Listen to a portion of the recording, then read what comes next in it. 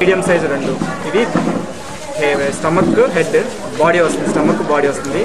ఇది బేస్, ఈ హెడ్, ఈ 2 balls లెగ్స్. ఇది హ్యాండ్స్, ట్రంక్, ఇయర్స్. ఇది ఇప్పుడు ఎట్లా చేస్తామంటే మిడిల్ వన్ అంటే బేస్ తీసుకొని బేస్ని ప్రెస్ చేస్తాం. 1 2 3 times ప్రెస్ చేసి స్టమక్ని మిడిల్ కాకుండా కొంచెం బ్యాక్ పెట్టి మూవ్ చేస్తాం. మూవ్ చేసి ఈ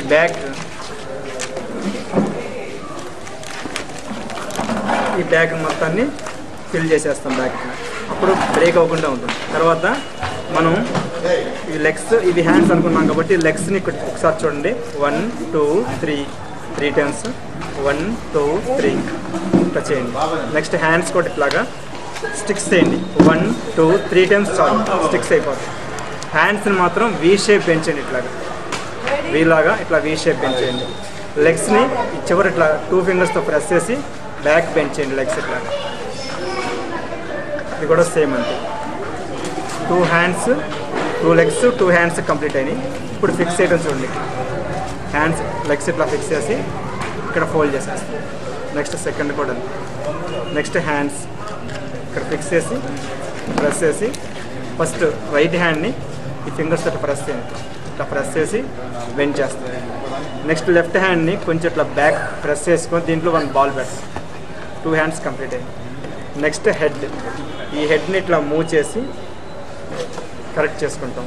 ఈ బ్యాక్ మొత్తం స్మూత్గా చేస్తాం, ఎందుకంటే మనం చేసిన వాటిలన్నింటినీ గట్టిగా స్టిక్ అయిపోతాయి అన్నమాట.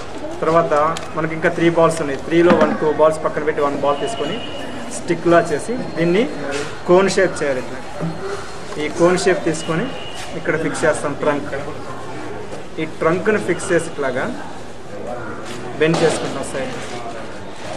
నెక్స్ట్ ఇయర్స్ ఇట్లా చేసి దీన్ని ఇట్లా మూవ్ చేస్తే దీంట్లో మిక్స్ అయిపోతుంది. క్లే ఎప్పుడు కూడా మూవ్ చేస్తే మిక్స్ అవుతుంది. తర్వాత 1 2 3 times 1 2 3 times అంటే ఇయర్స్ కంప్లీట్ అవుతుంది. నెక్స్ట్ స్మాల్ బాల్స్ తీసుకొని ఇట్లా స్మాల్ బాల్స్ తీసుకొని నెక్స్ట్ 1 2 3 స్మాల్ బాల్స్ తీసుకొని 1 బాల్ని స్టిక్లా చేయండి. ఇట్లా స్మాల్ స్టిక్లా చేసి ఇక్కడ జంజం వేస్తాం గణపతి. ఆ తర్వాత వీటిని కోన్స్, స్మాల్ కోన్స్ లాగా ఇట్లా స్మాల్ కోన్స్ లాగా చేసుకొని వీటిని దంతాలు పెట్టేస్తాం. ఇది గణపతి. తర్వాత ఇక్కడ మనం ఎట్లాంటి టూల్స్ యూజ్ చేయలేదు.